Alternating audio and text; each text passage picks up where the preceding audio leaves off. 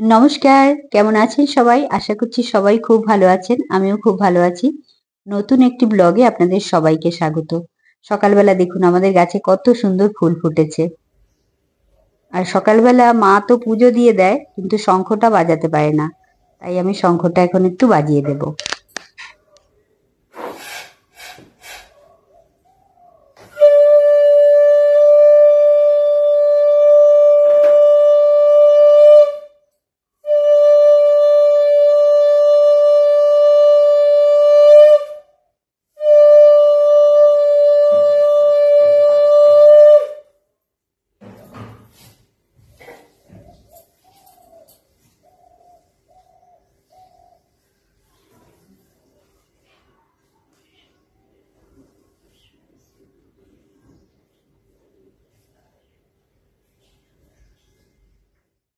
Peer বাবা আজকে একটু কাজে বেরোবে, একটু তাড়া আছে সকালবেলা, তাই মেয়েকে বললাম আটাটা মেখে দে।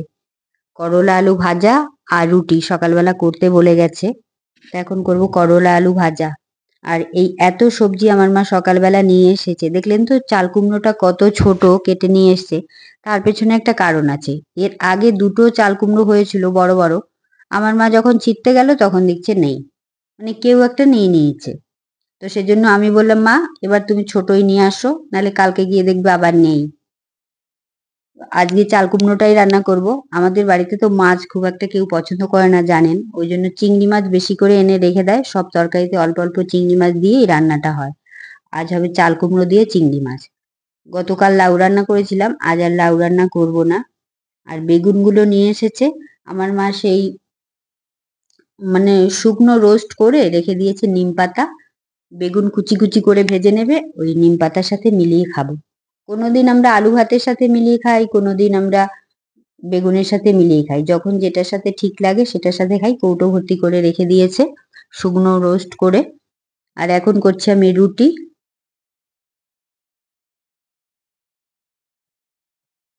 এই গরমে রান্নাঘরে এসে রুটি করাটা না ভীষণ একটা কষ্টের ব্যাপার।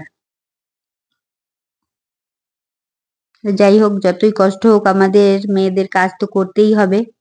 তো রুটি আমার হয়ে গেছে, এবার করব করলা ভাজা। আর করলা ভাজায় অনেকে লঙ্কা দেয় না, কিন্তু আমি লঙ্কা আর পেঁয়াজ দিয়েই ভাজাটা করি, আমার খুব ভালো লাগে খেতে। লঙ্কা পেঁয়াজ আর কালো জিরা ফোড়ন দিয়ে তারপরেই ভাজা করব। এই যে দিয়ে দিলাম তেল,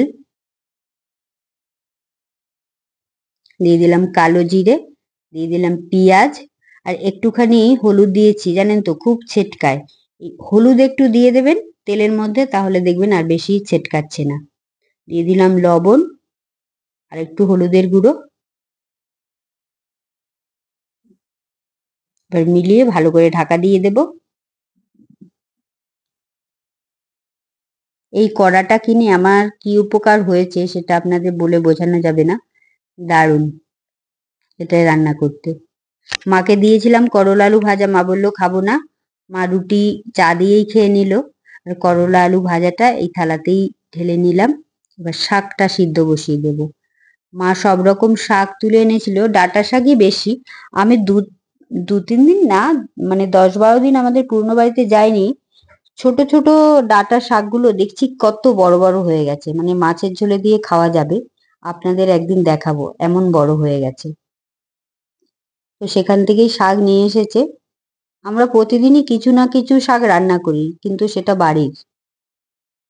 কারণ আমাদের লাউ, কুমড়ো, ডাঁটা, তারপর কলমি, অনেক ধরনের শাক আমরা নিজেরাই চাষ করেছি। আর গ্রামে তো জানেন নিজের থেকেও কত শাক হয়, সেগুলোও খাওয়া যায়। আর এখন আমরা খাবো রুটি করলা আলু ভাজা দিয়ে। মেয়ে আবার বাটার মাখানো রুটি খেতে চায় না, ওকে প্লেন রুটি দেব।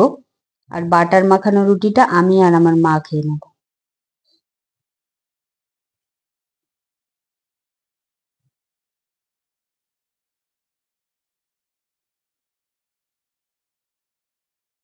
আমার আবার ঘি, বাটার এইগুলো দিয়ে রুটি খেতে না খুব ভালো লাগে।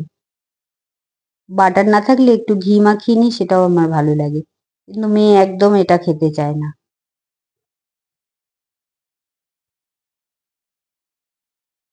কর্তামশাইয়ের আগেই খাওয়া হয়ে গেছে, এবার আমি আর মেয়ে খেয়ে নিচ্ছি। মাও খেয়ে নিয়েছে।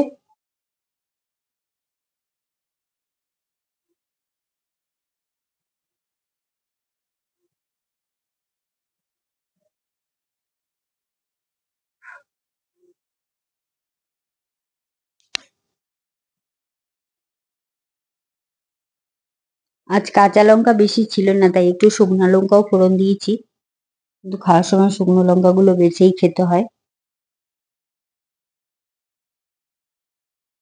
আর এই চাদরটা ধুয়ে দিয়েছিলাম, এখন গরম পড়েছে তো, মানে দুদিন ছাড়া ছাড়া চাদর পাল্টাতে হয়। বালিশের কভারগুলো একদম নোংরা হয়নি, তাই ওগুলোকে আর কাচিনি, শুধু বিছনার চাদরটাই কেচে দিয়েছিলাম। তাই এখন এটাকে একটু পেতে দিই। এত পরিমাণ ঘাম হয় পিয়ার বাবার, কি বলবো। মনে হচ্ছে যেন রোজ পাল্টালেই ভালো হয়, কিন্তু অত রোজ আমার ক্ষমতা নেই, মানে প্রচুর তো জামা কাপড় পরে রোজই।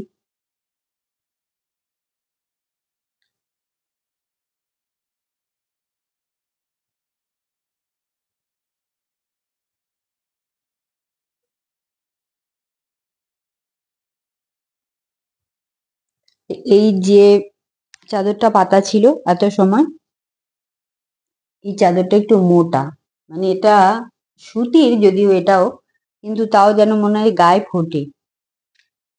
আর যেটা এখন পাতলাম এটা একদম পাতলা, এটা বেশ ভালো, গরমের দিনে এটা ভালোই আছে। এটা দেখতে ভালো, কিন্তু এটা ব্যবহার করার জন্য ভালো না, শীতকালে ঠিক হবে, গরমকালের জন্য একদম ভালো না।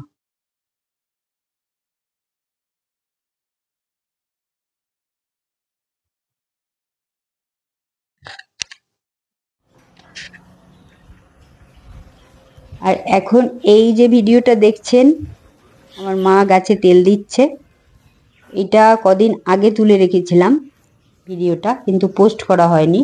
আজ ব্লগে আপনাদের দেখিয়েও দেবো একসাথে আমাদের কি কি গাছ আছে এখানে। দেখুন, এখানেও একটা লাউ গাছ আছে, এখানে দুটো লাউ হয়েছে, একটা আমি আজ কেটে নেবো। আর এখানে বেগুন গাছ আছে, এবছরটা আমাদের বেগুন সেরকম কিনতেই হলো না। আর এই যে ছোট ছোট কাঁকরোল গাছ, এগুলো হয়েছে, একটু কঞ্চি ধরিয়ে দিয়েছে, এই দেখুন ছোট একটি কাঁকরোলও ধরেছে, এই যে দেখুন কত সুন্দর না। আর এখানে ভেন্ডি গাছ হয়েছে, বেগুন গাছ, ভেন্ডি গাছ, এখানে মোটামুটি যাই বসাই না কেন সেই গাছই খুব ভালো হয়। বেগুন গাছে প্রচুর পরিমাণে বেগুন হয়েছিল, যদিও এগুলো শীতকালের বেগুন, শীতকালে বেগুনগুলো অনেক বড় বড় হয়। আর এই একটা কারি পাতা গাছ হয়েছে, আমাদের খুব দরকার ছিল একটা কারি পাতা গাছের, এখানে হয়ে গেছে। এই জমিটার পেছনে একটা ইতিহাস আছে, এটা আমরা অনেক কাল আগে কিনেছিলাম, কিন্তু একবার বিপদে পড়ে এটা বিক্রিও করে দিয়েছিলাম, কিন্তু এটা আবার আমরা কিনে নিয়েছি, কিন্তু মনে হচ্ছে এটাকে আবার বিক্রি করতে হবে, তাই মনটা খুব খারাপ। এই দেখুন, 1.25 কাঠা জমি এখানে আছে, এই যে রাস্তাটা কত সুন্দর দেখেছেন তো। এখানে প্রচুর পরিমাণে সবজি ভালো হয়, মানে রোদ পায় তো। এখানে কিন্তু সেরকম মানে মাটি নেই, দেখেছেন তো, মেঝে, কারণ এখানে বাড়ি ছিল, পুরনো বাড়ি ছিল। এই যে আগেরকার সেই লাল মেঝে, কালো মেঝে, এটা ছিল ওদের রান্নাঘর, আর এটা ছিল ওদের শোবার ঘর। যে মিডিলে আমার মা কত সুন্দর করেছে, মানে ওদের যে 20 ইঞ্চি পাঁচিল থাকে না, পাঁচিলের সেই গ্যাপটাতে মাটি খুঁড়ে বসিয়ে দিয়েছে। আর এই লাউটা আজ আমি কেটে নিয়ে যাব, আজ হবে লাউ রান্না।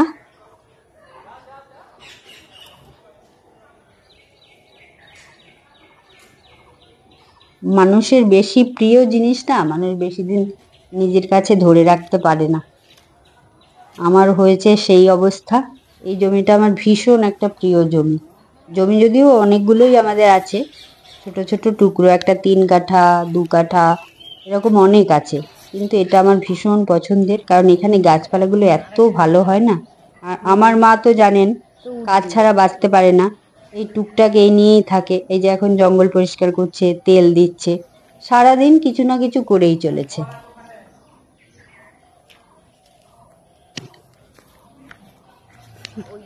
আবার তরমুজ, তরমুজ আর কি আঙুর ঠাকুরের কাছে রেখে দিলাম, পরে ঠাকুরকে দিয়ে তারপরে আমরা খাবো। আজ আমাদের রান্না হবে দুপুরবেলা, এই যে চাল কুমড়ো, এটা চিংড়ি মাছ দিয়ে, আর বেগুন, এটা নিম পাতা দিয়ে, ডাঁটা শাক সিদ্ধ হয়ে বসে আছে, এটা হবে নারকোল আর কি দিয়ে যেন মা, পেঁয়াজ পেঁয়াজ পেঁয়াজ দিয়ে। আমার মা এখন নারকোল কুটছে। আমরা সব কিছুতেই একটু নারকোল খেতে পছন্দ করি।